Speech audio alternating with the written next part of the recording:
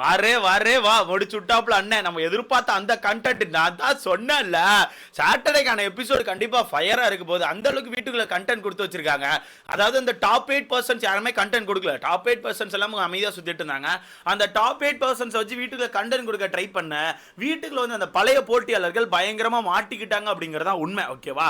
ஏன்னா அதிகமா வன்மத்தை காட்டிட்டாங்க ப்ரோ. நான் தான் டிசர்வ், நீ டிசர்வ் இல்ல, நீ இப்படி தான் பண்ணிருக்க, நீ இதை பண்ணிருக்க, அதை பண்ணிருக்கன்னு சொல்லிட்டு வெளியே இருந்து நிறைய விஷயம் பார்த்துட்டு வந்து உள்ள வந்து உங்களை அட்டாக் பண்ணது ரொம்ப ரொம்ப ரொம்ப அன்ஃபேரா எனக்கு ஃபீல் ஆகுது. அப்படியே ஒரு சின்ன உதவி நண்பர்களே, இந்த வீடியோ லைக் பண்ணி சேனலை சப்ஸ்கிரைப் பண்ணினா எனக்கு கொஞ்சம் பெருமையா இருக்கும். தட்டி விடுங்களேன். ஏன்னா நம்ம அந்த டைமே சொல்லியிருந்தோம் இது மிகப்பெரிய அன்ஃபேரா ஃபீல் ஆகுது. ஏன்னு கேட்டீங்கன்னா வீட்டுக்குள்ள வந்து 8 பேர் வரீங்க. வர்ற 8 பேருமே வெளிய இருந்து நிறைய நியூஸை பார்த்துட்டு வந்திருப்பீங்க. வந்த நீங்க அந்த 8 பேர்ல ஸ்வாப்பிங் ஒரு மேட்டர் இருக்குன்னு சொல்லியிருக்காங்க. அப்ப அந்த ஸ்வாப்பிங் என்ன பண்ணுமோ அதை தான் பண்ணும். அதை விட்டுட்டு வீட்டுக்குள்ள நீ அதை பண்ணிருக்க, இதை பண்ணிருக்க, இவ்வளவு மட்டமா பண்ணிருக்க, கேவலமா பண்ணிருக்கன்னு சொல்லிட்டு ஒவ்வொருத்தரை டவுன் பண்ண ட்ரை பண்ணீங்கன்னா கண்டிப்பா அது கேமே கிடையாதுல்ல.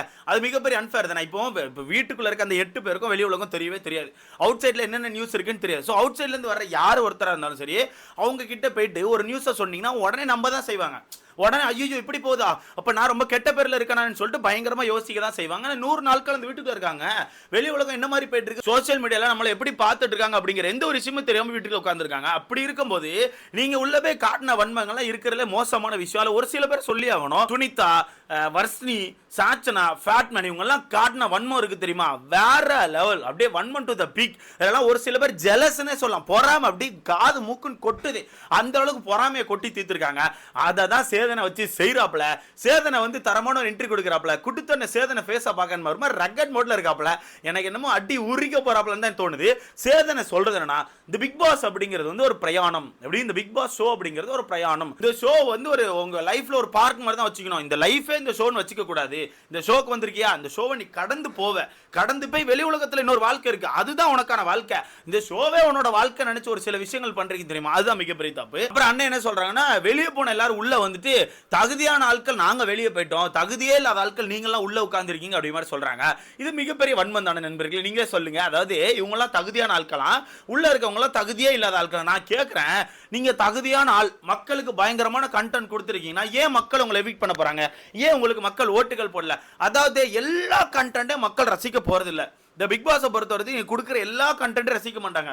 காதல் கண்டென்ட் ரசிப்பான்னு நினைக்கிறீங்களா? ஒவ்வொரு சீசன்ல ரசிக்கிற மாதிரி இருக்கும். ஒவ்வொரு சீசன்ல அந்த காதல் கண்டென்ட்டே மக்கள் தூக்கி போட்டு அடிக்க தான் செய்வாங்க.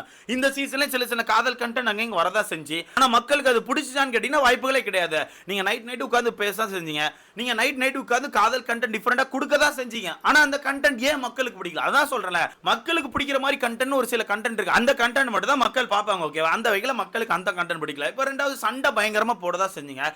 சண்டை உங்க இஷ்டத்துக்கு தாறுமாறா போட்டீங்க. ஏன் அதை ரசிக்கல? ஏன்னா சண்டையுமே கரெக்டான இடத்துல போடணும். கண்ட மேனிக்கு கிடைக்கிற இடத்துல சண்டை போட்டே இருந்தீங்கன்னா மக்களுக்கு பிடிக்காது. அதனால மட்டுமே தான் நீங்களும் எவிட்டாய் வெளியே போயிருக்கீங்க. முக்கியமா வர்ஷினிலாம் வீட்டுக்குள்ள வந்து ஐயோ எக்கா கேமரக்கா, உனக்குலாம் அந்த வீட்டுக்குள்ள யாரை பத்தியும் பேசுறதுக்கு தகுதி இல்லக்கா. நீ இந்த வீட்டுக்குள்ள போயிட்டு ஒரு பிட்டு கூட கேம் ஆடல, ஒரு பிட்டு கூட. நீ வீட்டுக்குள்ள போய் சொன்ன முதல் வாக்கியம் என்ன தெரியுமா? இது என்ன ஷோன்னே எனக்கு தெரியாதுன்னு சொன்னேன். இது என்ன ஷோ, இந்த ஷோவை நான் பார்க்கல, நீங்களாம் எப்படி கேம் ஆடி இருக்கீங்க, இந்த கேம் எப்படி போயிட்டு இருக்கு, எதுவுமே தெரியலன்னு சொன்னீங்க. அப்போ நீங்களாம் தகுதியான ஆள் நீங்க சொல்லலாமா? இப்போ கூட உள்ள போயிருக்கீங்களா? நீங்க வந்து யாருக்கான கண்டென்ட்மே பார்க்கல. கரெக்டா குறிப்பா சௌந்தர்யா முத்துக்குமரன் ஜாக்லின் இந்த 3 பேருக்கான கண்டென்ட் மட்டும் தான் பார்த்துட்டு உள்ள போயிருக்கீங்க. மற்றபடி எந்த கண்டென்ட்டும் உங்களுக்கு தெரியாது. ஆனா உள்ள போயிட்டு எக்ஸ்போஸ் பண்ண போறேன் பண்ணுங்க. இல்ல பண்ணுங்கன்னு கேக்குறேன். பண்ண வேண்டியதானே? பண்றதுக்கு வாய்ப்பே கிடையாது. கண்டென்ட் கிடையாது. அததான் என்ன சொல்றாப்ல, தகுதியான ஆட்கள் அவங்களே சொல்லிட்டு இருக்காங்க. அப்புறமா உள்ள வந்துட்டு இந்த வாய்ப்பு எங்களுக்கு கிடைச்சிருக்கணும், ஆனா கிடைக்கல அப்படி சொல்லிட்டு அந்த கடுப்புல உள்ளவங்க மேல ஒரு வன்மத்தை காட்டிட்டு இருக்காங்க. அந்த வன்மத்தை எப்படி காட்டுறாங்கன்னா, இதெல்லாம் மக்கள் யோசிக்கிறாங்க, மக்கள் நாங்க இருந்திருக்கணும்னு யோசிக்கிறாங்க, மக்கள் நாங்க தான் தகுதியான ஆளுன்னு சொல்லி யோசிக்கிறாங்க. நீங்களாம் எப்படி தப்பிச்சு இங்க இருக்கீங்கன்னு தெரியல, இதெல்லாம் மக்கள் யோசிக்கிறான்னு சொல்லிட்டு மக்கள் கருத்துன்னு ஒரு விஷயத்தை காட்டுறாங்க. அது என்ன அப்படிங்கறத நம்ம எடுத்து போட்டு உடைக்கலாம் சொல்லி அண்ணன் ரொம்ப தெளிவா சொல்றாப்ல. இருக்கு எப்படி நண்பர்களே, இருக்கு. ஆனா இதுல இன்னொரு பாயிண்ட் அண்ணன் ரொம்ப தெளிவா வைக்கிறாங்க. பட் இருந்தாலுமே வீட்டுக்குள்ள இருக்க அந்த டாப் 8 பொறுத்தவரைக்கும் இந்த விஷயத்தை ரொம்ப மெச்சூர்டா ஹேண்டில் பண்ணிட்டாங்க. ரொம்ப மெச்சூர்டா ஹேண்டில் பண்ணாலுமே மென்டலி கொஞ்சம் டவுன் ஆகி போய் தான் உட்கார்ந்துருக்காங்க. சில விஷயங்கள் அவங்கள பாதிச்சிருக்கு போல. அது என்னென்ன விஷயங்கள் சொல்லி கேட்கலாம்னு சொல்லி சொல்றாங்க. மொத்தத்துல இன்னைக்கு ஒரு புடி இருக்கு நண்பர்களே. சிம்பிளா சொல்லிட்டா ப்ரோ, இந்த 8 பேர் உள்ள வந்தப்ப என்ன சொன்னாங்க தெரியுமா? நாங்க கெஸ்டா வந்தோம்னு சொன்னாங்க. அதுக்கப்புறம் தான் திடீர்னு சொன்னாங்க ஏதோ ஸ்வாப் இருக்குன்னு சொல்றாங்கன்னு சொல்லி சொன்னாங்க. சோ இவங்க உள்ள வரும்போது எதுவுமே தெரியாம தான் வந்திருக்காங்க. உள்ள வரும்போது எதுவுமே தெரியாம தான் வந்திருக்காங்க. அப்புறம் கடைசியா உள்ள வரும்போது ஒரு சில விஷயங்களை சொல்லி அனுப்பியிருக்காங்க. ஸ்வாப் இருக்கு அப்படிங்கிற விஷயங்கள சொல்லியிருக்காங்க. ஏன்னா உள்ள வந்து தான் ஒரு சில பேருக்கே தெரிஞ்சு ஸ்வாப் அப்படிங்கிற ஒரு மேட்டர் இருக்குன்னு. ஸோ ஸ்வாப்னு ஒரு மேட்டர் கிடைச்சோன்னு நீங்க பண்ணீங்க தெரியுமா ஒரு விஷயங்கள், ஒவ்வொருத்தர் மட்டும் டார்கெட் பண்ணி அடிச்சு உடச்சி அள வச்சு பார்த்தியா சிம்பத்தி கிரியேட் பண்ண வச்சிட்டேன், சிம்பத்தி கிரியேட் இதெல்லாம் பண்ணீங்க தெரியுமா? இதெல்லாம் ரொம்ப கேவலமான ஒரு வேலையா தான் நான் பார்க்குறேன். டாப் 8 பொசிஷன் உங்களுக்கு வேணுமா, அவங்களோட நான் தகுதியான ஆள் அப்படிங்கிறத மட்டும் காட்டணும். ஓகேவா? நான் இந்த வகையில் உங்களுக்கு அவங்களோட தகுதிப்பா, இந்த கேம் நான் இப்படி ஆடி இருக்கேன், அந்த இதை நான் இப்படி பண்ணியிருக்கேன், இப்படி ஒரு டாஸ்க் வச்சா கூட நான் ஆட தயார், அந்த மாதிரி பண்ணும். அதை விட்டுட்டு இவன் இப்படி பண்ணியிருக்கான் அப்படி பண்ணியிருக்கான், அது எங்களுக்கு தெரியுங்க. யார் யார் என்ன பண்ணிட்டு இருக்கான்னு எங்களுக்கு தெரியும். அதை பார்த்து தான் மக்கள் ஓட்டு போட்டு உள்ள உட்கார வச்சிருக்காங்க. அப்ப நீங்களும் தான் பண்ணிருக்கீங்க. இப்ப நீங்க சொல்றீங்களா நான் அவங்கள விட பயங்கரமான தகுதியான ஆட்கள்னு சொல்லி சாச்சனா வர்ஷினிலாம் சொல்றீங்க. என்ன பண்ணீங்க? ஏன் மக்கள் உங்களுக்கு ஓட்டு போடல? அப்போ புரியுதா? மக்கள் உங்களுக்கு ஓட்டு போடலனா நீங்க ஏதோ ஒன்று தப்பா பண்ணிருக்கீங்கன்னு அர்த்தம். அதனால தான் மக்கள் ஓட்டு போடல. அதை முதல் புரிஞ்சுக்கணும். அதை விட்டுட்டு இவங்க இப்படி பண்ணிருக்காங்க அப்படி பண்ணு தேவையா? அதான் சொன்னேன், இந்த சாச்சனாலாம் விஷங்க. சத்தியமா சொல்றேன், விஷம் தான், ஃபுல் விஷம். அந்த பொண்ணுலாம் வெளியே போகும்போது நல்லா நெகட்டிவா குறைச்சிட்டு போச்சு. அந்த பொண்ணு எவிட் ஆகுமோ அந்த பொண்ணுக்கு பெருசாக ஹர்ட் இல்லை. ஓகேவா?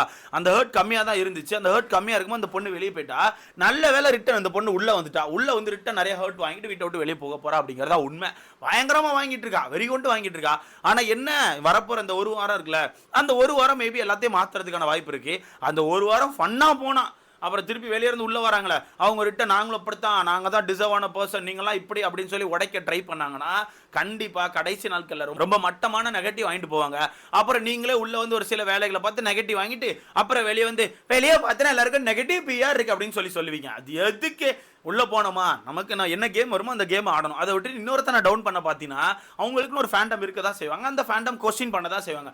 அப்படி கொஸ்டின் பண்ணுற விஷயங்கள்லாம் பிடிச்சி வச்சு நெகட்டிவ்னா ஒன்றும் பண்ண முடியாது. மொத்தத்தில் எனக்கு தெரிஞ்சு நீங்கள் சேதனை வச்சு பிரிக்க போறாப்ல. இருந்தாலுமே எனக்கு சின்னதாக இங்கே ஒரு விஷயம் தோணிக்கிட்டே இருக்கு. என்னன்னா ஒருவேளை சேதனை கதவை திறந்து ஆர்னோ பிடிச்சி தம்பி வெளியே போப்பா, கொஞ்சம் நீ பேசுற பேச்சு சரியில்லை, தடவுறான், சட்டை இல்லை, அது இல்லை, இது இல்லைன்னு எல்லாமோ பேசுற, இது என் மக்கள், உனக்கு இங்க தகுதி இல்லப்பா, நீ கிளம்புப்பான்னு சொல்லிட்டு வீட்டை விட்டு வெளியே அனுப்பினா எப்படி இருக்கும்னு யோசிச்சு பாருங்க. இப்படி இருக்கவங்க யோசிக்கிறத விட அதை அனுப்புறதான் பெஸ்ட் நான் சொல்லுவேன். ஏன்னு கேட்டுக்கோங்க, வீட்டுக்குள்ள சத்யா ஜெஃப்ரி திங்கக்கிழமை வருவாங்க.